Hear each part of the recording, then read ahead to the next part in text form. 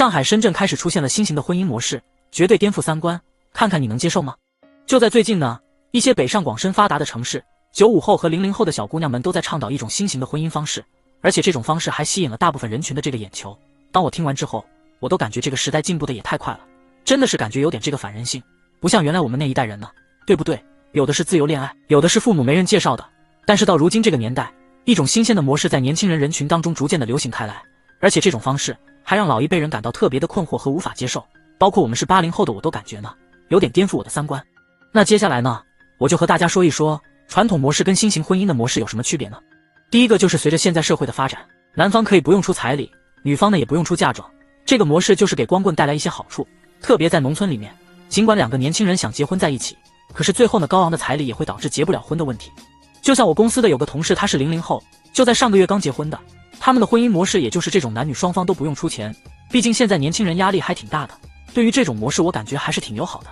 第二个就是现在越来越多的年轻人只选择这个领证，不办这个婚礼了。在我的印象当中，这种模式容易出现在老年人的身上，可是现在年轻人开始逐渐流行起来，他们不再愿意消耗太多的金钱和花钱的在这个请客上面，他们宁愿拿这些钱去外面去旅游，去吃遍全国的美食。在他们看来，两个人只要真心相爱，办不办婚礼无所谓，最重要是两个人在一起快乐。第三个就是说赡养老人的问题，各负各的责任，各自养各自的父母，不牵扯别人，也不跟别人制造这个任何麻烦。你的父母有你密切的联系，我的父母由我负责照顾。假如遇到了过年过节周末是吧，也不需要送什么礼物或者什么红包之类的。但是我觉得赡养老人呢，是一项重大的责任，我们大家都应该认真的对待，保证他们得到这个照顾和关爱。第四个就是说，要是在结了婚以后，买了房子，还买了车子，在公平期间，男女双方都需要各出一半，而且双方呢，也不用进行这个婚前财产公证，日子过得还是好的话呢，就在一起享受甜蜜的爱情。如果是日子实在过不下去的话，必须离婚的话，那家里财产也是按照一人一半这样来分配。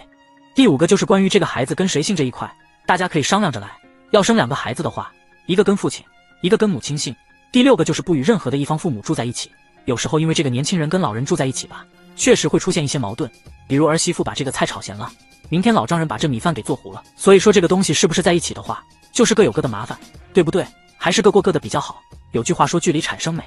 第7个就是婚后的各项开支都是 AA 制，比如说出去吃个火锅一人一半，孩子生病住院一人一半。假如说花了3000块钱呢，就是一人出1500块钱。那以上的这种新型的婚姻模式，你们觉得能不能行得通呢？不光是很多网友，包括我也感到十分的惊讶，听起来并不像是夫妻在过日子，反而像2个人在经营一项事业一样，还不如一个人单身生活来的简单。毕竟每一种这个婚姻模式都有着适合的环境和人群，所以说我们应该根据自己的情况做着合适的自己。而且的话，好多人对这个 AA 制这个话题提出了一些质疑，有人说女人生个孩子可以实行这个 AA 制吗？男的怀5个月，女的怀5个月，对于这个问题看视频你是怎么看待的？欢迎评论区给我留言。好了，本期视频就放到这里，咱们下期再见，拜拜。